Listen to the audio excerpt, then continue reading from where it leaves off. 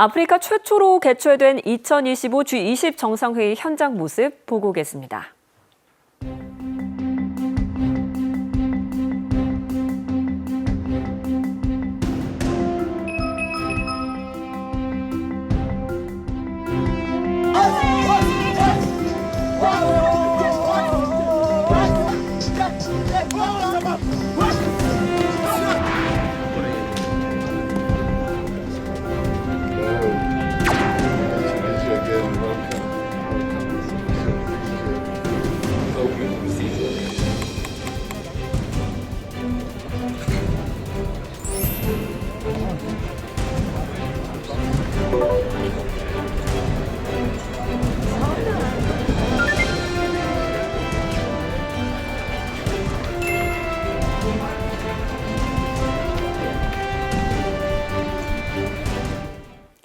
네, G20 정상회의에 참석한 이재명 대통령의 모습 보고 왔는데요. 아프리카에서 열린 최초의 G20 정상회의인데 여러 가지로 특별한 의미가 있는 것 같습니다. 그렇습니다. 말씀해 주신 것처럼 이제 G20 정상회의가 아프리카 대륙에 처음 개최된 그런 역사적인 그런 회의였는데요.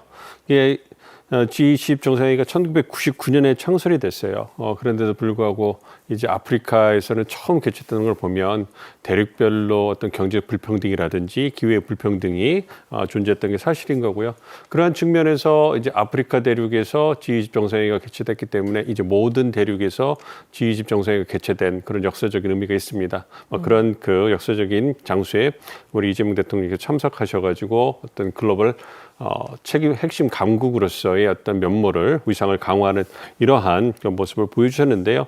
어쨌든 이번 그 G20 정상회의의 주제가 연대 평등 지속 가능성이었어요. 그리고 세 개의 세션이 포용적이고 지속 가능한 경제 성장, 그러니까 자유무역과 다자무역을 어떻게 부각시키고 강조해서 그 부분을 이제 그 개발도상국, 특히 아프리카 국가들에게 혜택을 줄 수 있을 것이냐, 의장국 측면에서 그런 부분에 관심이 있었던 거고요. 두 번째가 이제 회복력 있는 세계, 기후 변화라든지 이런 걸로 지구가 몸살 앓고 있지 않습니까? 그런 부분에 대해서 이제 논의하는 자리, 그리고 세 번째 세션이 모두를 위한 공정하고 정의로운 미래. 그래서 기술 발전, 특히 인공지능의 발전을 통해서 전 세계 모든 사람들이 혜택을 공정하게 받을 수 있는 그러한 미래를 만들어 가야 되지 않겠느냐, 이런 부분에서 논의를 한 거예요. 네. 그러니까 아무래도 의장국이 아프리카의 남아공이기 때문에 글로벌 불평등 해소라든지 저소득국의 부채를 경감하는 문제라든지 기후변화 대응 강화라든지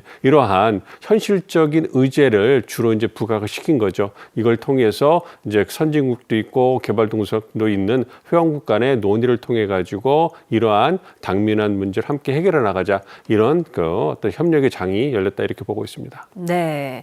그리고 2028년 G20이 우리나라에서 개최가 되게 됐습니다. 이재명 정부 출범 이후 에이펙도 개최하고 이렇게 G20도 수임을 하게 됐는데 어떤 의미로 보십니까? 아무래도 이재명 정부가 6월에 출범하고서 어떻게 보면 광폭 행보죠. 외교에 있어서는 수차례 걸친 양자회담뿐만 아니라 여러 차례 걸친 다자회담, 그 말씀해 주신 것처럼 이제 그 구체적으로 본다면 취임한 지 2주도 안 돼서 10일 만에 캐나다에서 개최된 G7 정상회의에 우리 대통령께서 참석하셨어요. 그래서 Korea is back 해가지고 한국 외교가 돌아왔다, 정상화됐다, 이 부분을 국제사회에 알리는 매우 중요한 계기가 됐었고요. 그 이후에 9월에 뉴욕 유엔 총회에 참석하셔서 END 이니셔티브 한반도 평화 구성에 대해서 전 세계에 알리는 계기를 만들었고요. 그리고 우리 외교 지평을 아세안 지역으로 확대하기 위해서 이제 그 10월에 이제 말레이시아에 개최된 아세안 정상회의에 참석도 하셨고요. 그리고 잘 알고 계시는 것처럼 지난 10월 말과 11월 초에 에이펙 정상회의를 경주에서 개최해가지고 어떤 그 우리의 어떤 핵심 글로벌 그 책임 강국, 어떤 그 핵심 국가로서의 역량을 여지없이 이제 뽐낸 이런 기회가 있었고요. 이번이 이제 마지막 다자 외교의 마지막 어떤 행사였죠. G20 정상회의가 남아공에서 개최됐기 때문에 거의 전 세계를 거의 이제 활보하시면서 다자 외교에서 우리의 역량을 과시했던 그러한 한 해, 6개월이 아닌가 생각을 합니다. 그래서 그런 측면에서 상당히 외교를 보는 사람 입장에서는 의미가 있고 중요한 성과를 거뒀다, 이렇게 말씀을 드릴 수가 있겠습니다. 네. 이재명 대통령은 3번의 세션에 참석해서 연설을 했는데요. 강조한 내용 다시 듣고 오겠습니다. 지금 전 세계가 저성장, 불균형 등 복합적인 경제 위기에 직면해 있습니다.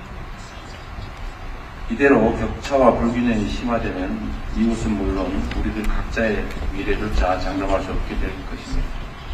이를 위해 대한민국은 인공지능 등 미래 성장 분야에 투자하여 총생산 증가와 장기적 부채 비율 감소를 도모하는 성과 중심의 재정 정책을 추진하고 있습니다.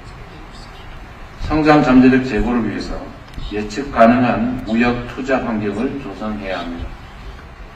세계 무역기구의 균형 회복은 우리 모두의 이익에 부합합니다. 대한민국은 G20 구성원의 일원으로서 책임과 역할을 다할 것입니다. 모두가 기회를 함께 누리는 포용 성장을 추구하여 소외되는 국가가 최소화될 수 있도록 최선을 다하겠습니다. 네, 첫 번째 세션에서는 포용 성장 비전을 제시를 했습니다. 개도국의 성장을 위해서 국제사회가 협력해야 한다. 이 점을 강조했네요. 그렇습니다.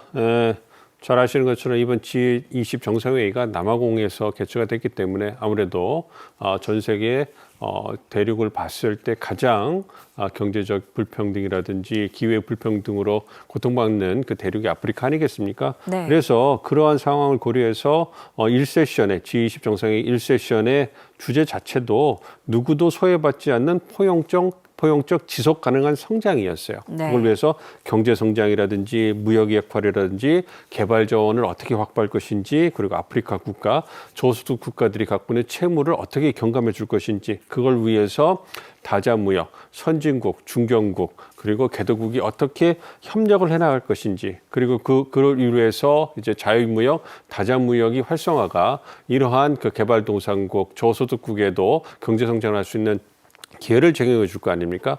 우리 선진국, 한국을 포함한 선진국은 이미 그런 다자무역 열매를 많이 향유를 했죠. 근데 이제 그 쫓아오는 개발도상국이나 저소득 같은 경우는 아직 기회를 잡아야 되는데 그 부분이 이제 그 세계 무역 환경이 굉장히 급변하게 변하면서 미국 주도로 일방적인 양자 무역 주도로 바뀌고 있기 때문에 이 부분에서 상당히 불평등을 느끼고 있고 기회를 잡지 못해서 굉장히 안타까운 이런 현실이 벌어지고 있단 말이에요. 그래서 네. 우리 대통령께서 WTO, 그러니까 다자 무역 체제의 핵심이라고 있는 WTO의 그 기능을 회복한다, 해야 된다, 이 부분에 대해서 강조를 하신 거고요.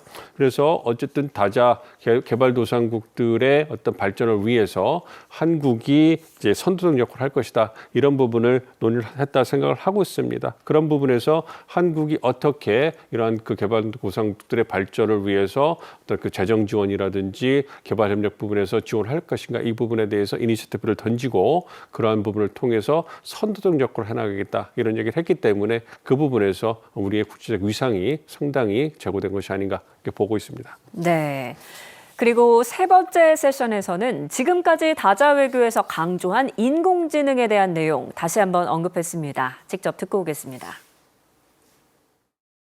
대한민국도 모든 인류가 인공지능 혜택을 고루 향유하는 글로벌 AI 기본사회 실현을 위해 국제사회와 적극 협력해 나갈 것입니다. 올해 G20에서도 이런 취지의 G20 핵심 광물 프레임워크 논의가 이루어진 것을 매우 의미 있게 생각합니다. 대한민국은 핵심 광물 안보 파트너십 의장국으로서 광물 공급국과 수요국의 필요에 맞는 호혜적인 광물 협력 사업을 적극 확대해 나가겠습니다. 가나와 탄자니아에서 여성 청소년을 위한 수학과학 교육을 지원하고 루안다에 소프트웨어 특성화고를 건립한 것처럼 앞으로도 아프리카 내 여성과 청년의 디지털 역량 강화를 적극 지원해 나가도록 하겠습니다.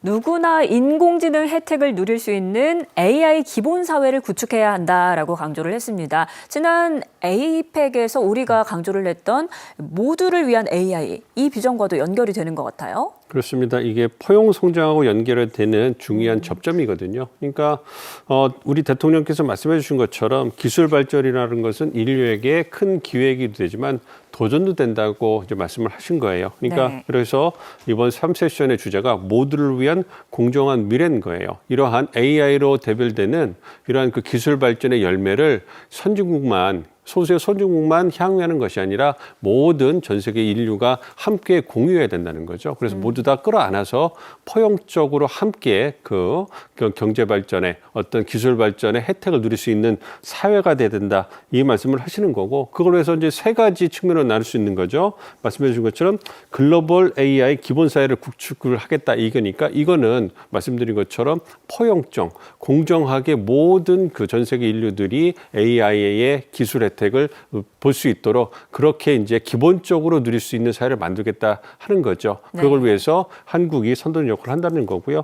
이와 더불어서 이제 두 번째 그런 기본 사회를 구축하기 위해서 필요한 게 뭐냐면 공급망이겠죠. 그래서 이제 광물을 보유한 국가라든지 그거를 수혜를 받는 국가들이 모두 안정적이고 호혜적인 핵심 광물 공급망, 그다음에 안정적인 공급망, 글로벌 밸류체인을 통해서 안정적인 공급망을 확보해야지만 그러한 AI 기본 사회가 구축되는 것이 현실화될 수 있는 것이고요.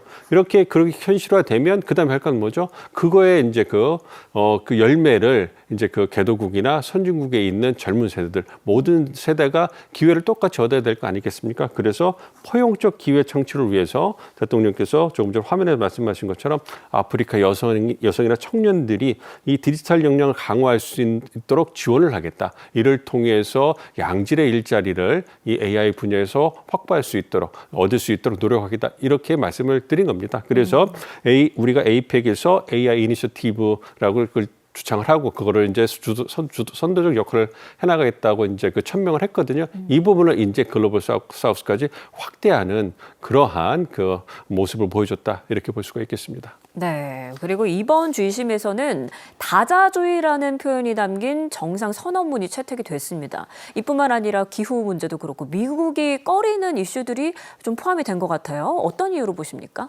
그렇습니다. 그 트럼프 행정부가 이제 그 백악관에 재입성하면서 네. 지금 보여주고 있는 미국 우선 대외 정책 이것이 이제 그 일방적이고 공세적인 그러한 대외 정책으로 보여주고 있고, 그러니까 미국 입장에서는 그 동안에 어떤 다자무역, 자유무역 그러한 시스템을 미국이 주도했지만 그러한 열매가 그런 혜택이 더 이상 미국의 노동자와 산업에 들어가지 않는다. 그렇기 때문에 어떤 이러한 미국 입장에서 불공정한 무역 그 관행을 바꿔야 된다 이렇게 주장을 하고 그래서 자유무역, 다자무역, WTO 체제를 무력화하면서 어떤 양자 무역을 중심으로 해서 미국의 이익을 관세를 사용해서 이제 공세적으로 추구하고 있거든요. 그러한 부분이 미국의 이익을 반영할 수는 있지만 한국을 포함한 다른 국가들의 어떤 그 경제통상 이익을 반영하기는 어렵잖아요.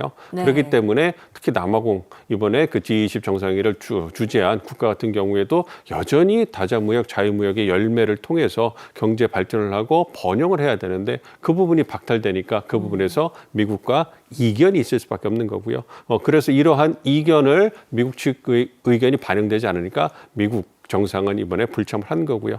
그럼에도 불구하고 이제 그 여타 국가들이 갖고 있는 긴급한 이러한 현안을 해결하기 위해서 말씀해 주신 것처럼 다자무역을 옹호하는 그러한 정상 선언문이 채택됐다 이렇게 볼 수가 있겠습니다.